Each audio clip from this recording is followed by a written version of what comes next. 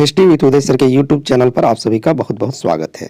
चलिए स्टार्ट करते हैं आज का वीडियो। आज का वीडियो में हम लोग देखेंगे जो कक्षा 12 से संबंधित महत्वपूर्ण प्रश्न है कि मगध साम्राज्य के उत्थान के कौन कौन से कारण थे।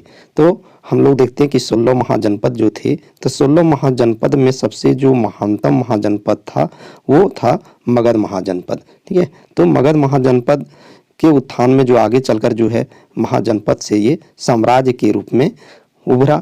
तो इसमें हम लोग देखेंगे कि ये साम्राज्य के रूप में उभरने के पीछे कौन कौन से कारणों ने महत्वपूर्ण भूमिका निभाई। चलिए आंसर को हम लोग देखते हैं। तो आंसर जो है वो हम लोग स्टार्ट करें। देखिए, मगध साम्राज्य के उत्थान में निम्नलिखित कारणों ने महत्वपूर्ण भूमिका निभाई, जिसका वर्णन हम लोग निम्नलिखित प्रकार से कर सकते हैं या निम्नलिखित प्रकार से किया जा सकता है। तो सबसे पहला कारण हम लोग देखें तो सबसे पहला कारण जो है वो उपजाऊ भूमि है।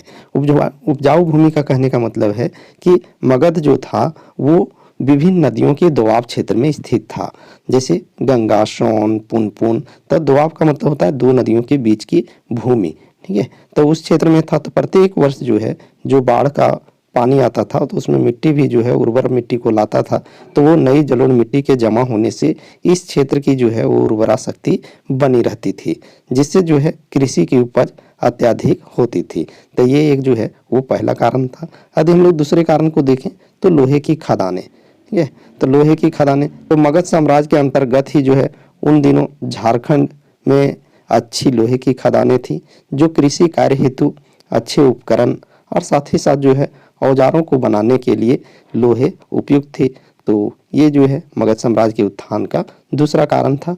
अब हम लोग तीसरे कारण को देखें तो तीसरा कारण जो है वो है हाथी की उपलब्धता। तो मगध साम्राज्य के अंतर्गत जो है वो जंगलों में हाथी की उपलब्धता से साम्राज्य के विस्तार में और दुर्गम क्षेत्र के आवागमन में जो है वो सुगम बनाया। ठीक है, मतलब हाथियों के कारण जो है जो दुर्गम क्षेत्र होते थे तो उन क्षेत्रों में हाथियों का उपयोग किया गया। साथ ही साथ जो है हाथी सेना का भी एक अभिन्न अंग था, क्योंकि हाथी से ही जो है किलों को गिराया जाता था। हम लोग आगे भी देखेंगे सेना में। ठीक है, चलिए नेक्स्ट कारण हम लोग देखें, चौथे कारण को।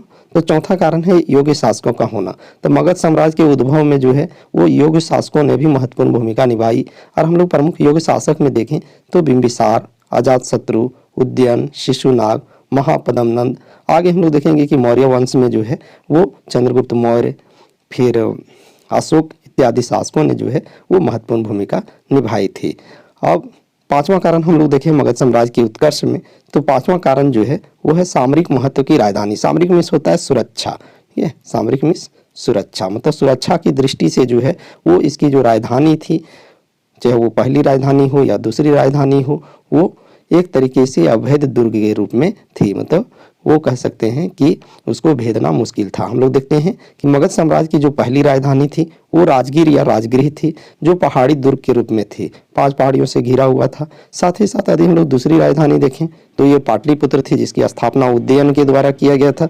तो ये अवैध नदी दुर्ग थी, मतलब गंगा और सोन के मतलब संगम में था। तो एक प्रकार से ये नदी दुर्ग थी जिसको जीता नहीं जा सकता था। कोई भी शत्रु रहता तो उसे नदी को पार करना पड़ता, तो जिसके कारण और यहाँ पे पाटलिपुत्र था। ठीक है, तो पाटलिपुत्र बीच में रहने के कारण जो है वो एक तरीके से अवैध दुर्ग के रूप में काम कर रहा था।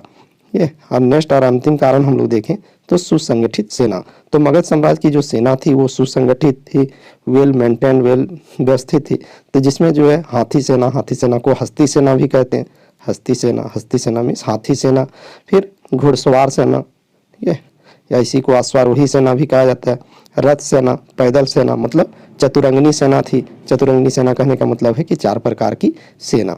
और हाथियों का जो प्रयोग जो है वो किलों को गिराने के लिए, जो किले होते थे, जो दुर्ग होते थे, उनको गिराने के लिए जो है वो हाथियों का प्रयोग किया जाता था। वीडियो अच्छी लगी हो तो आप लोग लाइक करें और दोस्तों के बीच शेयर करें।